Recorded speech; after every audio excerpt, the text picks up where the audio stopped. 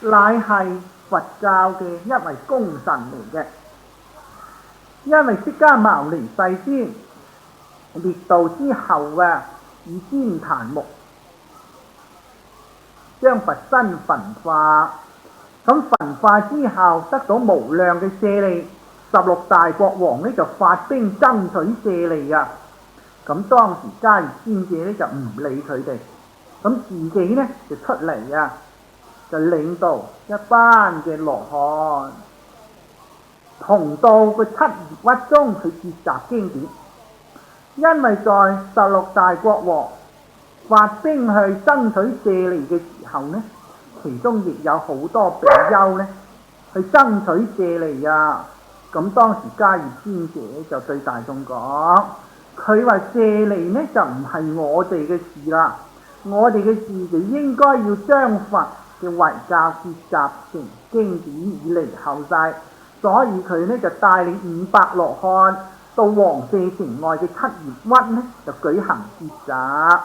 咁當時所有一切嘅費用一切嘅開支呢都係由個阿闍世王負責嘅。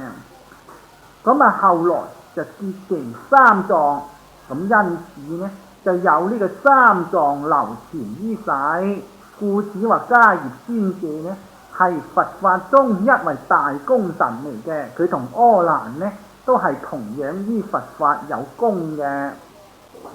無量無數大聲聞生，聲聞呢因為佢係從聞佛說四諦法嘅音聲而得到悟道，所以叫做係大聲聞生。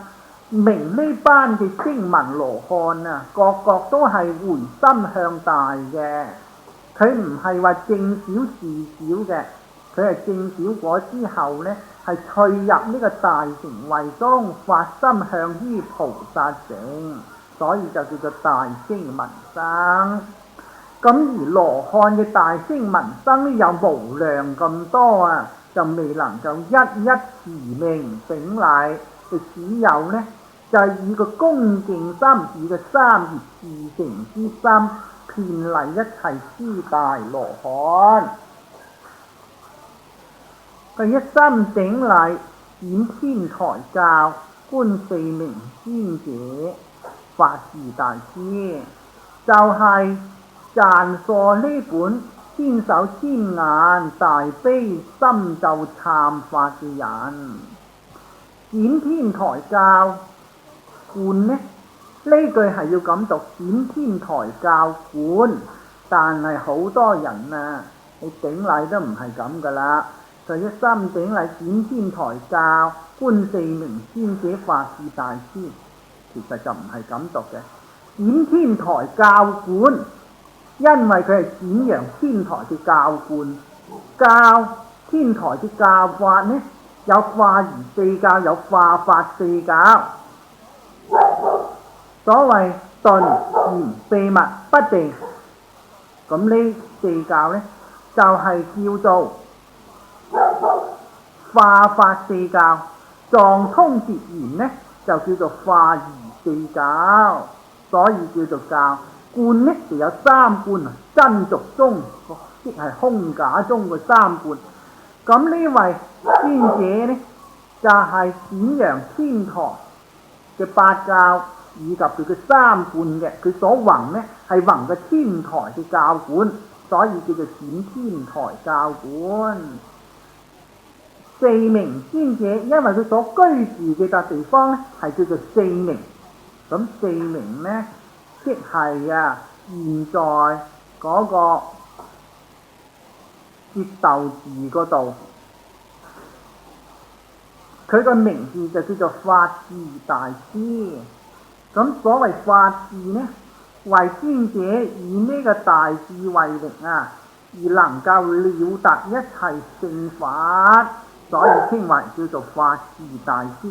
因為佢係讚頌呢一本大悲心懺法嘅行者，所以後來呢就將佢就加入去。佢讚嘅時候係冇嘅，咁後來嘅人呢，因為感覺到呢本懺法係由佢做嘅，因為佢做呢本懺法，然後至利益大眾，所以就將佢嗰個姓名呢，就安在呢處，亦係至心頂禮。咁上來既然發心頂禮三寶，求三寶慈光加被啊！咁行者若能夠以個至誠心去修禮嘅大悲心懺法呢，自然可以感到三寶慈光加被，令到佢呢在於個冥冥之中就速得成就。咁向下呢，就要請個天龍八部啊嚟到守護道場。咁因為在守護道場中呢，可以令到一切諸魔不起，咁外魔既不能侵啦，所以呢就令到個道場就速得成就。佢一心代為善揸梵魔作婆騎天子。善揸梵魔呢，即係嗰個色界天者個波摩斯首羅天王。個婆騎天子呢，就係、是、嗰個悉提盤因啊。護世四王嘅天龍八部、窮木天女、虛空神、江海神、乾元神、何小神，乃至到藥土智林神，就一切風神、土神、地神，咁一切諸鬼神等呢，及守護此大悲心陀羅尼咒嘅一切天龍鬼神以及眷屬，就頂禮三寶，就係證明行者今日修禮呢個大悲心懺法呢，係普為法界眾生而修禮嘅。我今日以呢個清淨自誠心，代為天龍八部向三寶頂禮，令三寶慈光攝照彼等，令彼等呢係速速脫離呢個八部之身，而得到呢個解脫之身。經云：若有比丘、比丘尼、優婆塞、優婆夷、童男童女欲誦持者，於諸眾生起慈悲心，就先當從我發如是願。向下呢，就係教導個行者，你欲想以呢個大悲心陀羅尼嘅功德成就啊，你就必定要於一切眾生起大悲心。所謂於一切眾生起大悲心，就係要雲心觀想法界一切眾生從無始以來流轉生死，就迷真俗妄不知出嚟。是故我今發願修禮大悲心懺，求諸佛菩薩及觀世音菩薩以呢個大悲三昧加持，令到我速得成就佛身。咁既然成就佛身啦，當起無邊妙用，遍法界盡未來救度末世一切眾生。復現三寶觀世音慈悲加被，咁令到一切眾生呢苦難消除，速得解脫安樂。行者若能發如是嘅慈悲心，就係能夠成就呢個大悲心行懺法嘅功德。因為觀世音菩薩呢，就係以個慈悲心為心。今日行者若能夠發呢個慈悲心，雲心觀想眾生受無量苦，咁起個慈悲心去拔濟眾生一切諸苦呢，此心即是與觀世音菩薩心心相吻，心心相通。咁既然與菩薩心相通相吻啦，咁即使相通相吻呢，就可以感受到觀世音菩薩嘅聖德加持，所以就必定要起呢個慈悲觀。咁向下呢，就發呢個十願六回向啊。十願呢，因為南無大悲觀世音願我速知一切法，一共呢係有10種大願。呢10種願呢，都係菩薩不可思議嘅聖德。咁現在行者就如法喜觀在於觀世音菩薩正德之中啊，而在於自己現前一心之內發呢個十大願心，咁願呢就與觀世音菩薩嘅慈悲相契合嘅。個南無大悲觀世音，即係歸命於觀世音菩薩。個願我速知一切法願呢，就係祈求，為祈求觀世音菩薩慈悲加被啊，令我速知一切法。知一切法之後係點樣呢？因為行者發心去遍離眾生呢，就必定首先要通達法義噃。若果個法義不通，云何能夠度脫眾生呢？所以求觀世音菩薩慈悲加護，令到我通達如來一切秘密法門。個願我早得智慧眼，得到呢個智慧眼，一方面可以觀機說法，另一方面可以照明世間一切諸相，以及出世一切諸法。為咗要知一切法呢，就必定要得到智慧眼，唯有得到智慧眼，然後方能夠了知一切法噃。所以第二願呢，就要求觀世音菩薩慈悲加被，令到我呢早得呢個智慧眼目，而了知嘅真俗義諦。個願我速度一切眾，咁求觀世音菩薩慈悲加被，令我得到智慧眼，了知一切法呢，我就可以廣度一切眾生，令眾生絕生死流，趣涅槃岸。願我早得善方便，善方便就係指個權巧方便，因為你度生就必定要以方便噃。若果冇方便，就云何能度眾生呢？所以今日求觀世音菩薩加被我，令到我呢得到呢個方便善巧，處處化度利樂眾生。願我速成般若船，所謂般若船就係個智慧船，因為菩薩成呢個智慧船呢，然後方能夠到達彼岸啊！菩薩自己乘住呢隻般若船，自己可以到彼岸，亦能夠運載一切眾生到達彼岸。咁話令我速成般若船呢，即係求觀世音菩薩慈悲加被啊！咁令到我呢速得圓滿呢個智慧，成就呢個清淨嘅智慧。咁呢種嘅般若智慧呢，就係自度度人嘅，所以叫做係速成般若船。個願我早得越苦海，越苦海就超越呢個三界嘅生死苦海。因為唯有自己超脫生死，然後方能度眾生出離生死啊！所以就求觀世音菩薩呢大悲加被，令到我能夠速超三界。願我速得界定位，欲要出離苦海，就必定首先成就界定道三無漏學噃。所以求觀世音菩薩慈悲加被啊，令到我呢能夠完成嘅三無漏學。三無漏學既然得成啦，咁從此呢三界就可以消出。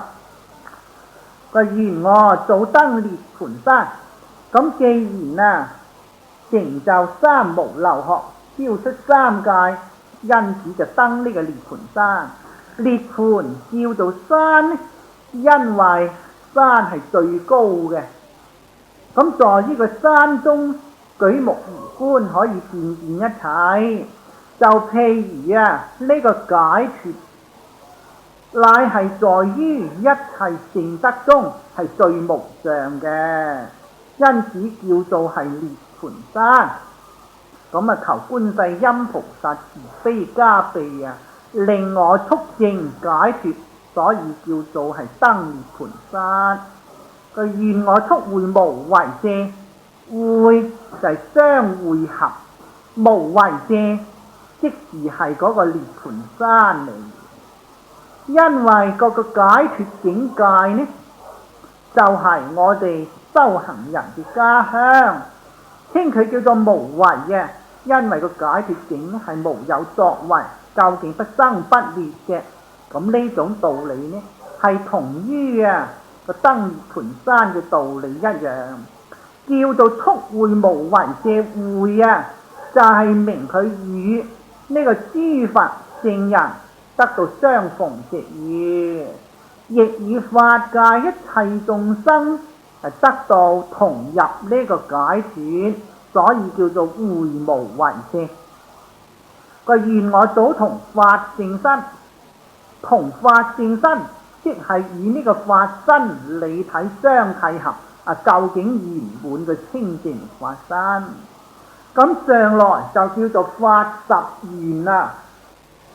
咁呢個十願呢，願無非都係與觀世音菩薩呢個大慈悲相吻合嘅噃。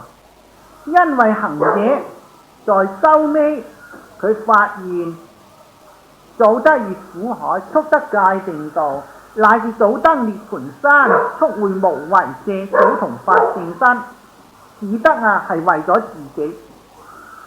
但係佢完全係為咗要度脫眾生而退入涅槃。因為你菩薩度人就必定要先自度而未得到又云何度人呢？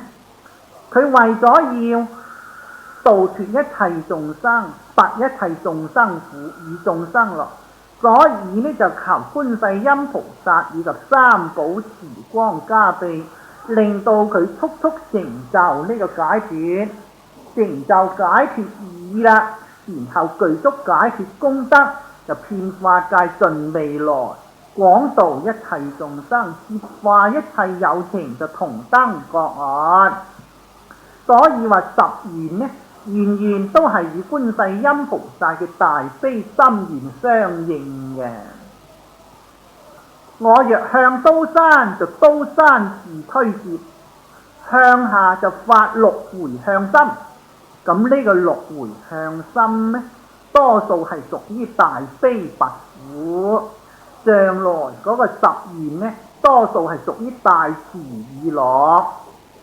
我若向刀山，就係明我嘅心念回向於呢個刀山地獄嘅一切眾生呢，就刀山自推接點解個刀山自然會推接呢？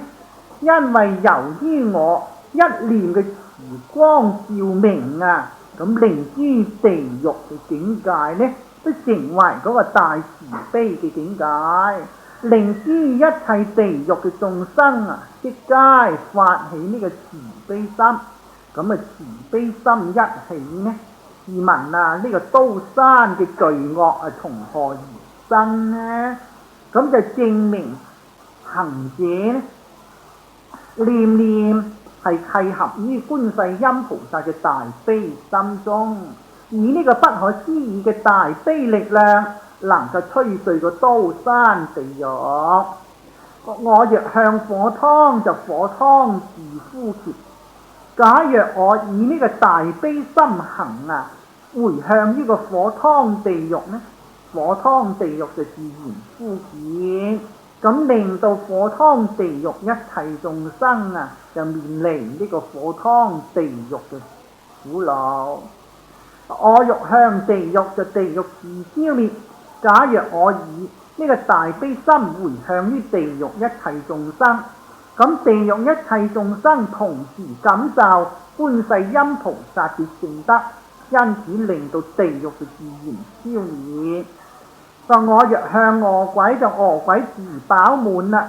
咁假若我以觀世音菩薩呢種大悲心懺法行功德，回向呢個餓鬼路中，能夠令到一切餓鬼悉皆得到飽滿。因為餓鬼得到觀世音菩薩嘅大悲行門加持使到佢呢個惑業消除，從此就得到身心自在。我若向修羅就惡心自調伏。假若我以菩薩呢個大悲心行功德，回向呢個惡道修羅能夠令到個修羅嘅親恨惡心得到自然調伏，念念成就呢個慈悲嘅心念。我若向畜生示得大智慧。假若我以觀世音菩薩呢種大悲心行法門嘅功德，回向呢個畜類能夠令到一切畜生得到個大智慧。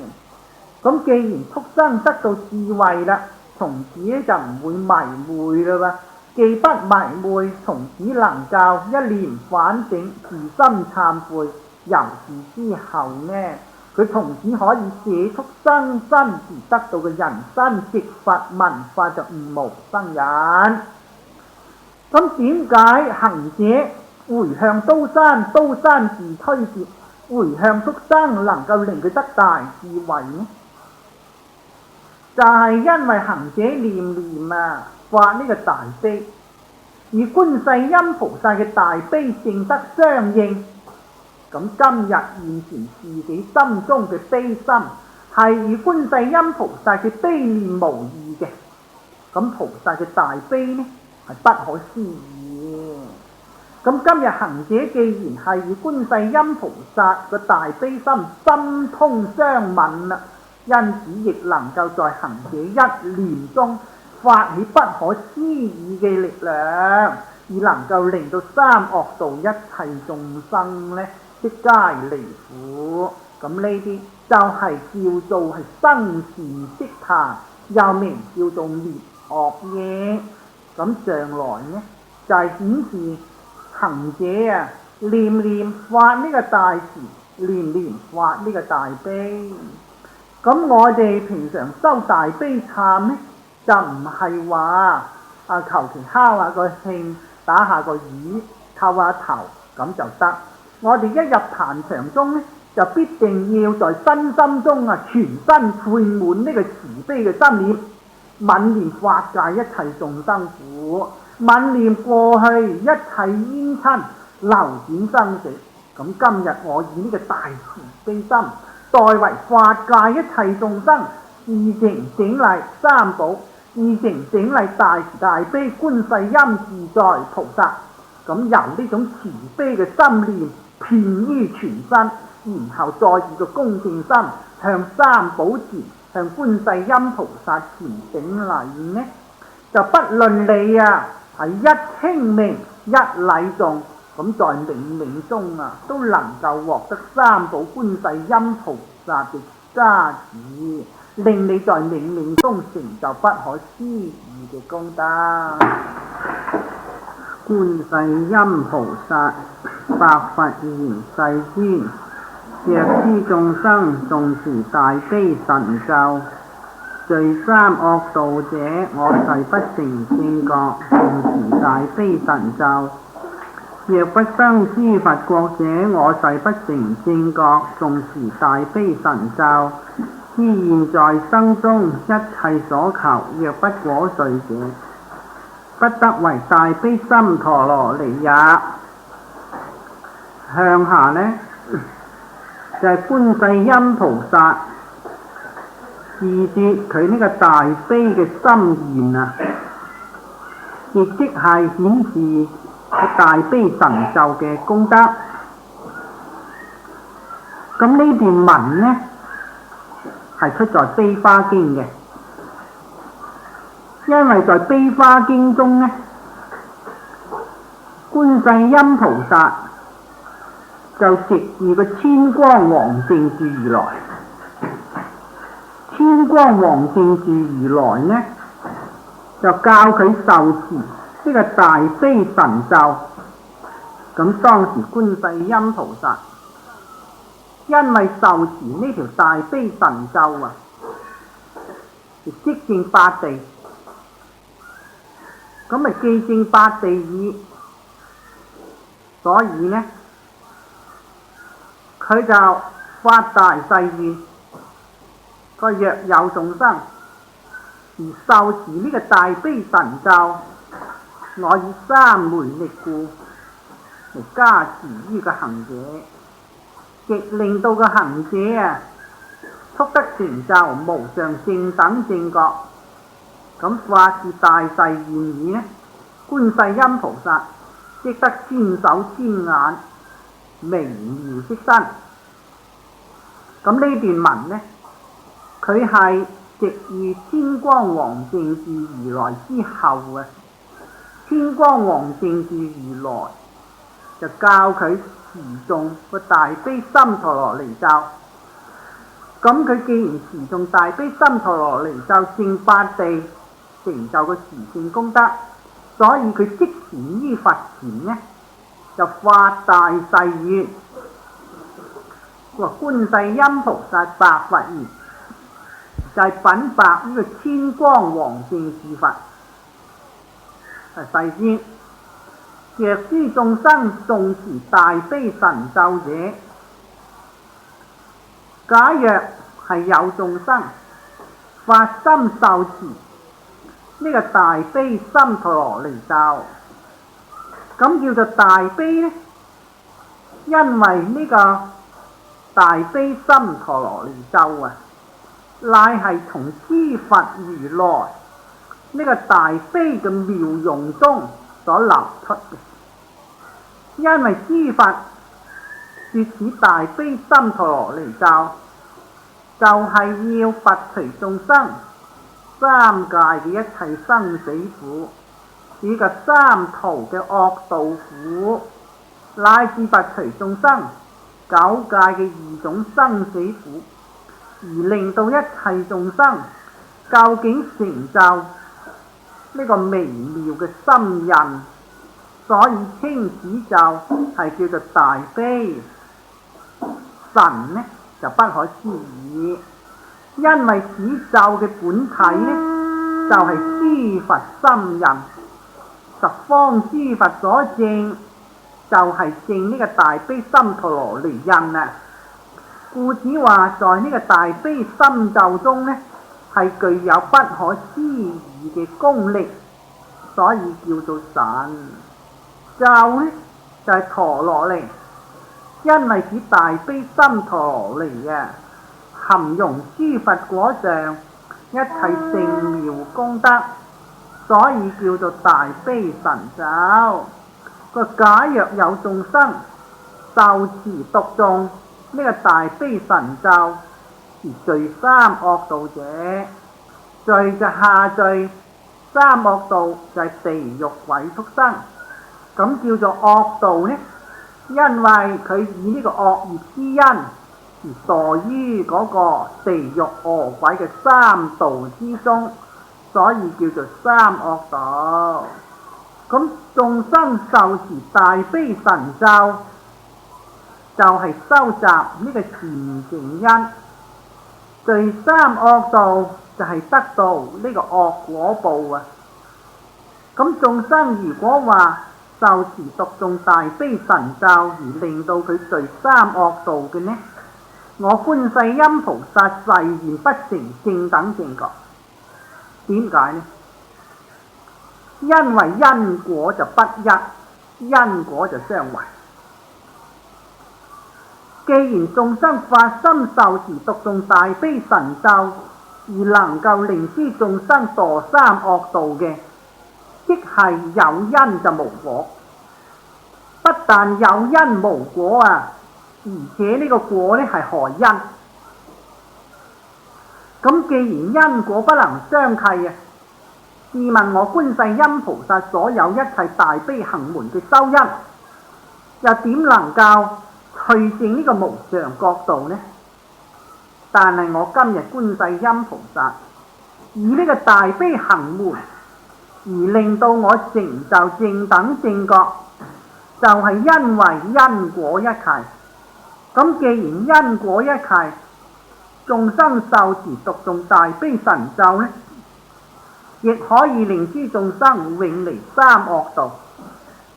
因為眾生念念受持呢個大悲神咒呢，即係念念入於觀世音菩薩佢呢個大悲心行之中。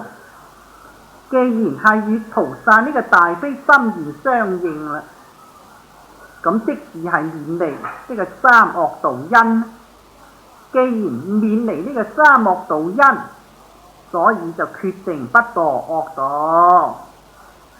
佢誦持大悲神咒，若不生諸佛國者呢，就我誓不成正覺。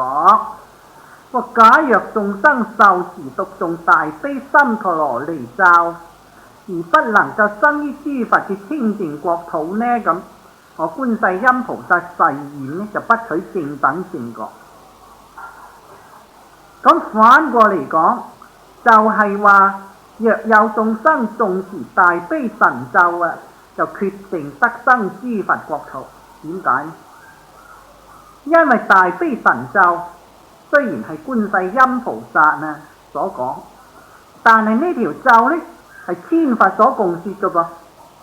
例如向下佢話是大悲心陀羅尼咒，是恆沙諸佛所共說，過去無量諸佛所共同宣說嘅。咁呢條咒呢，就係十方諸佛所成就嘅究竟微妙功德狀嚟嘅。所以眾生受持大悲心陀羅尼咒，即係念念受持諸佛嘅功德狀啊！既然念念受持諸佛嘅功德狀，你就係念念成就諸佛嘅功德。既然係念念成就諸佛嘅功德，所以你決定能夠隨願往生諸佛國土，就隨你受持讀誦大悲神咒嗰個行者嘅心願，你嘅心願係生到邊一個國土，就可以令你得生邊一個佛嘅國土。因為你既然念念成就諸佛嘅功德啦，所以諸佛嘅國土呢，決定可以接受你呢個行人。誦持大悲神咒，若不得無量三昧辯才者，我誓不成正覺。咁反過嚟講，就係話誦持大悲心陀羅尼咒嘅眾生啊，就決定得到無量三昧辯才。三昧就叫做係正定啊。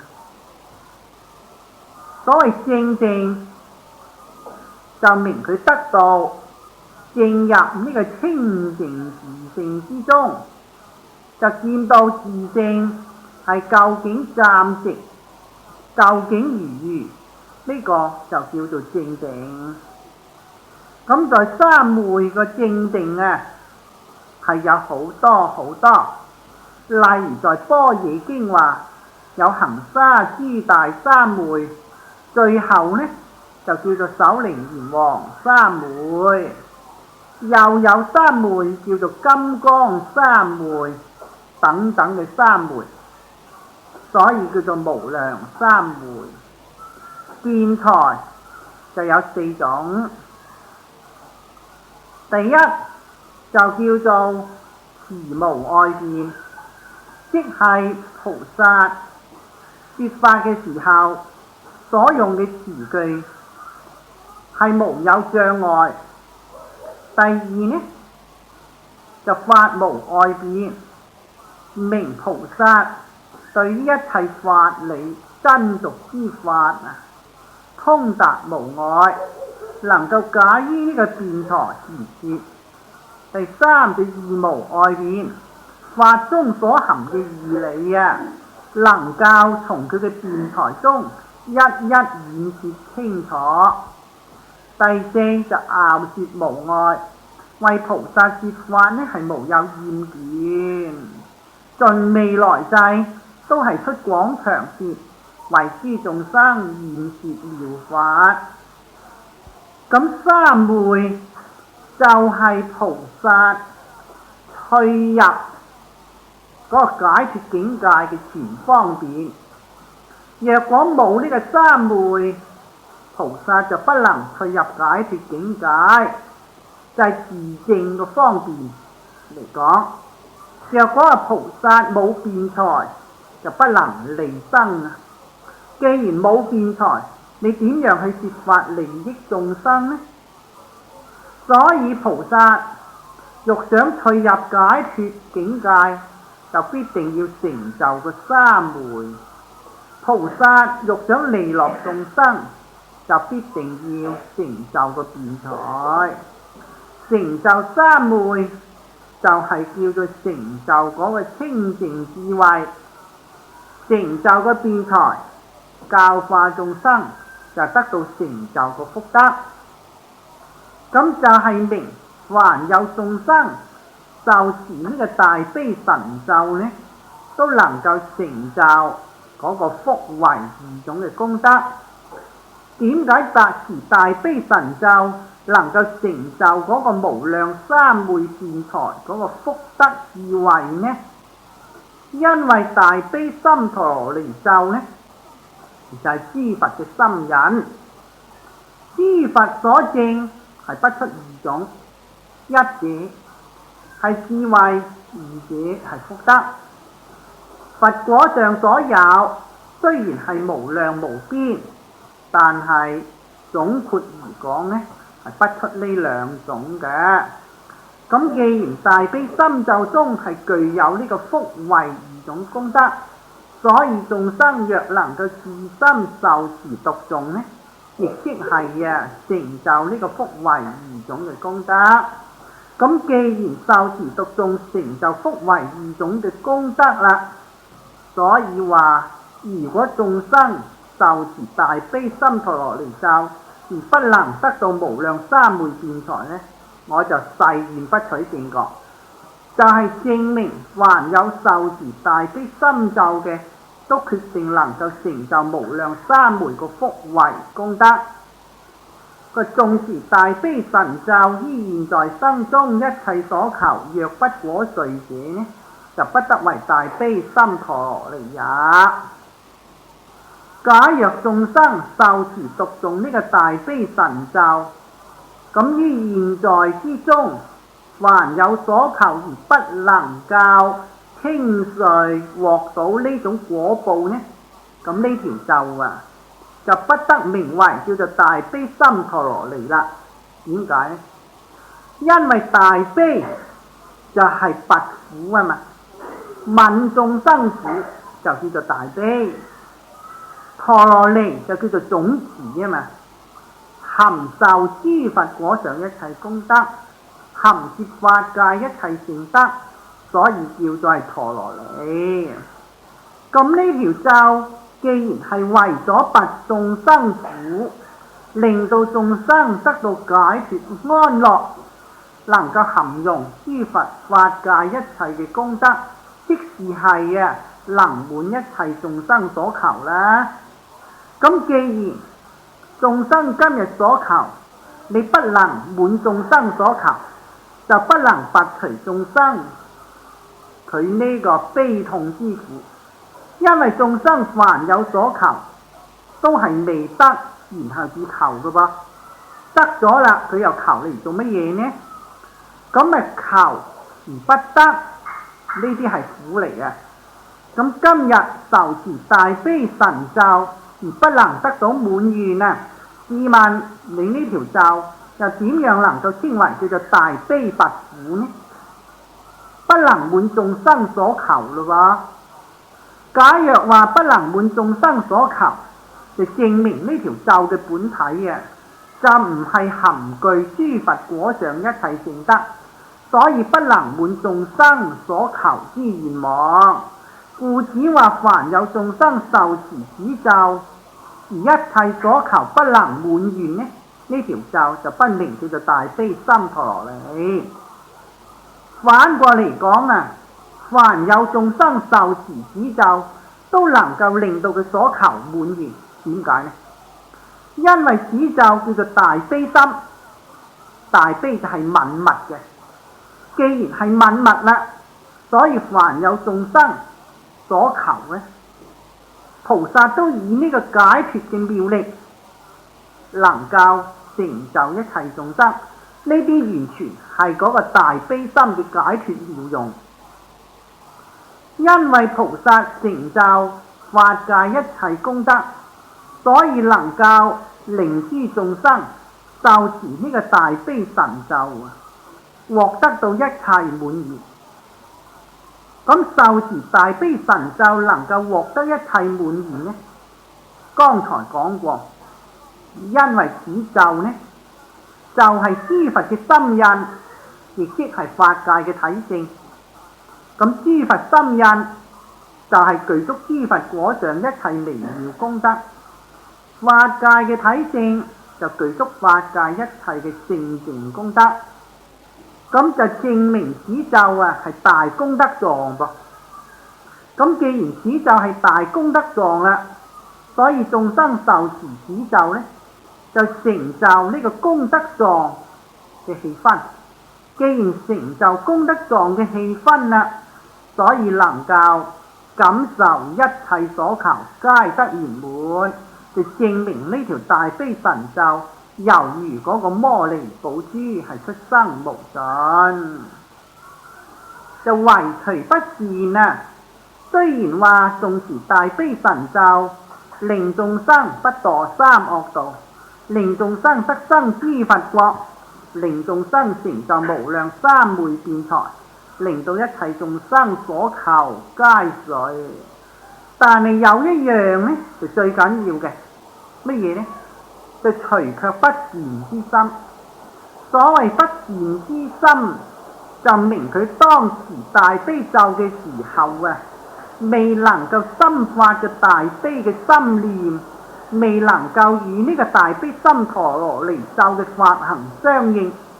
你要知道，呢條咒既然叫做大悲神咒，當然係表示諸佛菩薩呢種大悲嘅聖德。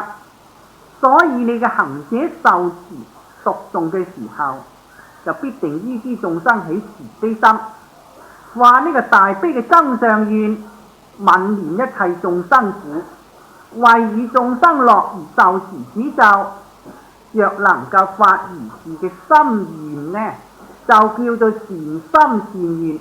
咁以呢種善心善願去受持大悲心陀羅尼呢，凡有所求都能夠滿願。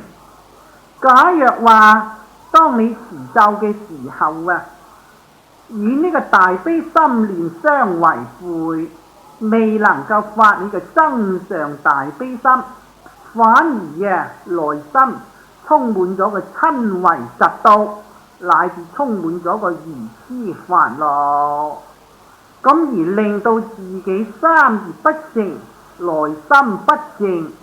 咁若果你咁樣去持呢個大悲心陀羅尼呢，佢係冇辦法成就你所求嘅。點解呢？因為你未能夠得到感應道交，所以話唯除不善，感覺得好靈驗。而有啲人持大悲咒，佢又感覺得唔係幾靈驗呢。咁呢啲就係關乎你嘅。當持咒嘅時候，你能否與個大悲心陀羅尼相應呢？若果你與個大悲心陀羅尼相應呢，佢嘅感應就如在目前。若果你不與個大悲心陀羅尼相應縱使間你受持一生一世，亦不過係如是而已。咁所以舊時有啲古德呢，佢持三籌大悲咒，就能夠令到嗰杯水呢滾嘅。咁叫你而家持下，你持到個口唇乾晒呢，嗰啲水呢一樣係咁嘅噃。點解呢？就係因為你未能與嗰個咒心相應所以我唯除不善，就除不自淨，除卻呢個不自淨心。所謂不自淨者，三業唔得恭敬當持咒嘅時候，嗰個心呢就上東上西，個口雖然話南無何那丹那多那耶耶，但係嗰個心呢就上咗去香港啊，或是想去邊家邊主啊，去探人啊，或是想住今餐呢整啲乜嘢餸食啊，呢種就心不自淨。咁咪企度持咒呢，嗰個身就左擺右擺，前仆後躍，呢種就叫做身而不自淨。而口而不自淨呢，就明佢當持咒嘅時候，南無何那丹那多那耶耶咁持得幾句呢，又同人家傾偈啊，咁啊傾完偈你再持，呢種就叫做三而不自淨啊。咁你既然三而不自淨啦，即是係冇感啊。既然係冇感，就邊度有應呢？觀世音菩薩雖然係隨緣扶感，能夠隨眾生佢所求而扶眾生嘅所望，但係今日你三而不成，就不能感格於菩薩。因此呢，你雖然係受持大悲心陀羅尼咒啊，但係都冇辦法圓滿你一切所求。向下呢就係顯示嘅成就厭離嘅功德。若諸女人厭見女身，咁因為個女眾之身呢係舊穢不淨，所以呢就應該要係心生厭離。就欲成男子身，就明佢呢類眾生呢就厭女身而成就個大丈夫相，咁以呢個丈夫身而修行辦道。點樣能夠令到佢成就呢個大丈夫身？個誦持大悲心陀羅尼章句，咁而眾生受持讀誦呢個大悲陀羅尼章句，章句就係指呢個咒嘅文啊。個若不轉女身成男子身者，假若呢一個眾生不能夠轉變佢個女身而成為個大丈夫身呢，咁我就誓不成正覺。我觀世音菩薩呢，誓願不成正等正覺。就反過嚟講，眾生受持大悲心陀羅尼呢，就決定能夠轉女身就成男子身。點解呢？因為呢個大悲心陀羅尼就係解脫藏嚟嘅，即係解脫嘅功德藏。既然係解脫功德藏啦，你能夠念念受持，即係退入呢個解脫嘅功德藏中。既然入解脫功德藏中，所以能夠令你嘅行者呢，一切時處悉皆解脫。既然解脫啦，就邊度會被呢個女身之障所障？邊度會被女身嘅舊穢所纏呢？所以能夠令到呢個行者受持讀誦啊，都得到轉女而成男身。持咒嘅時候，稍為有一點點嗰個疑惑之心生起呢，就必不果遂啊！必定不能令到佢啊得到果遂。果遂就係滿願。點解生小疑心就不能滿願呢？咁因為呢個疑呢，就係一種障嚟嘅。咁佢既然係屬於一種障啦，就障礙於個行者現時個心念啊，未能夠與嗰個解脫藏相應。咁你既然被佢障礙而不能與個解脫藏相應啊，試問你又點樣能夠得到解除超脫個女身而成就男身？因為佢未曾與個解脫藏相應啊。個若諸眾生侵損常住飲食財物，就千佛出世就不通懺悔，眾懺亦不除滅，今眾大悲神咒就即得除滅。向下呢，就係顯示呢個大悲心陀羅尼咒嘅滅惡功德，上來呢就成就佢嘅厭離，向下呢就顯示佢呢個滅惡嘅妙用。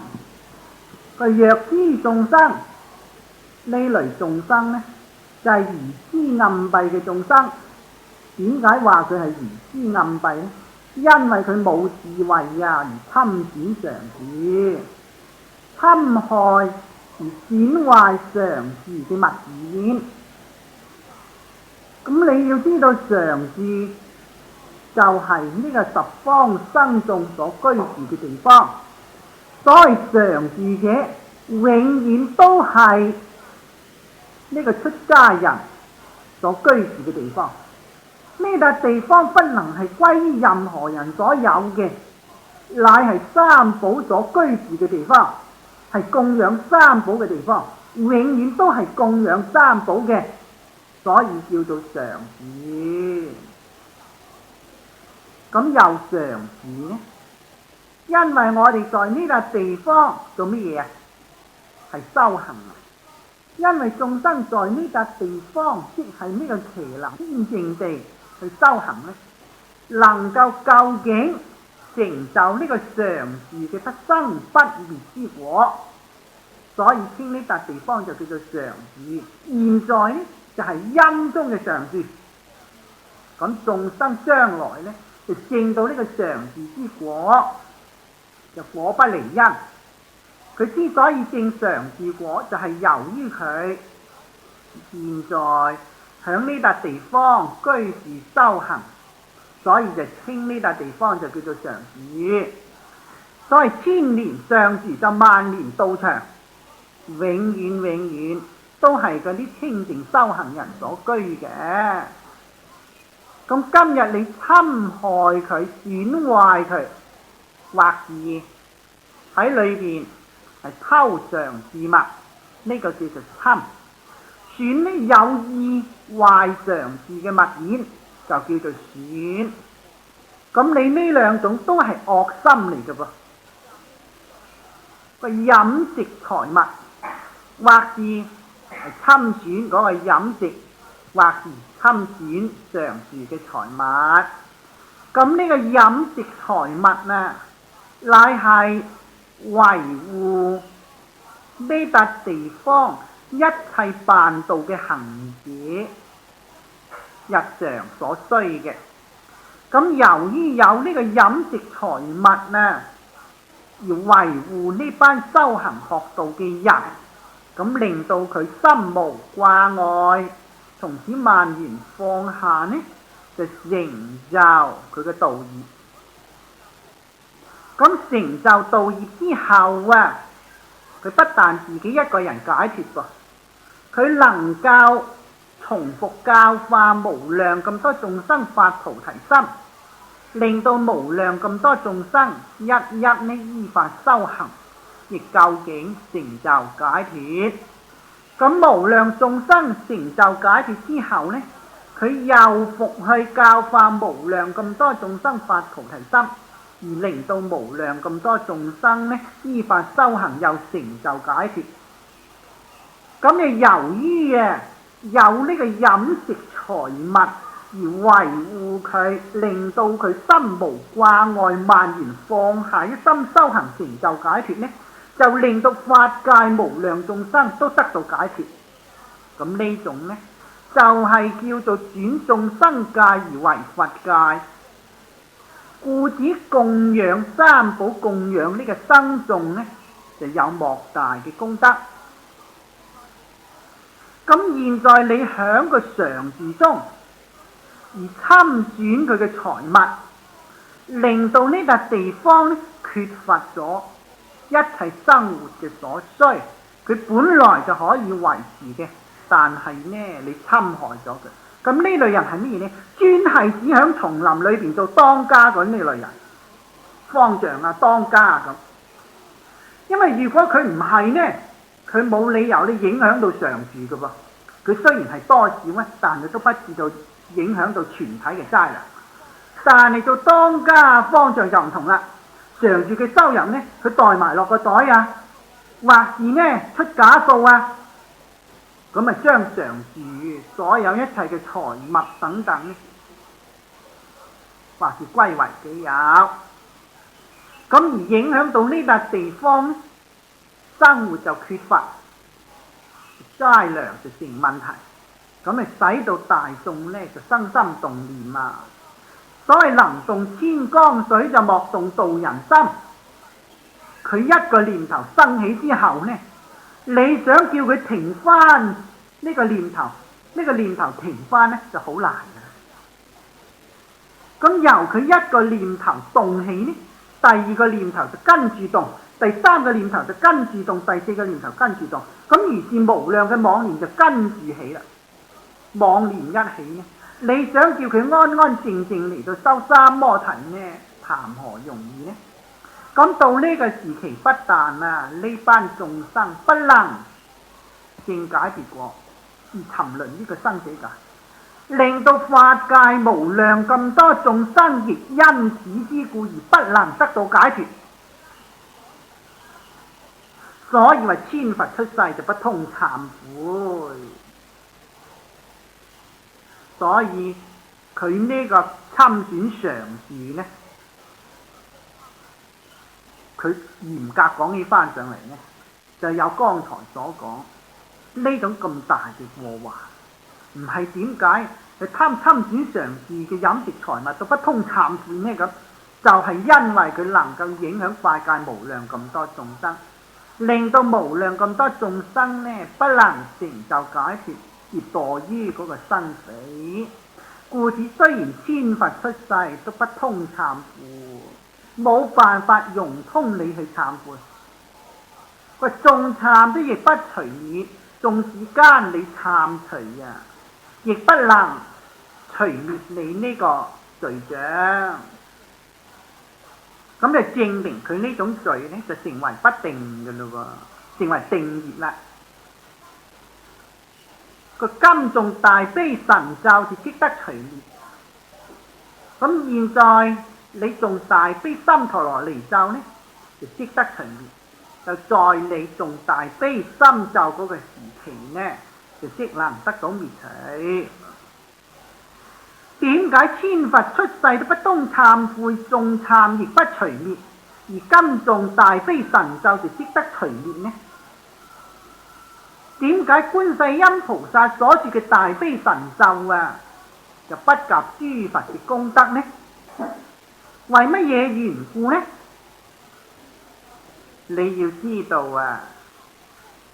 佢上來不通懺悔，眾懺而不除滅呢？佢雖然係有悔改心，但係佢未能夠發呢個大悲心願啊！現在佢誦大悲神咒呢，就唔係單止誦噃。如果但誦大悲神咒呢，都係唔得。要點呢？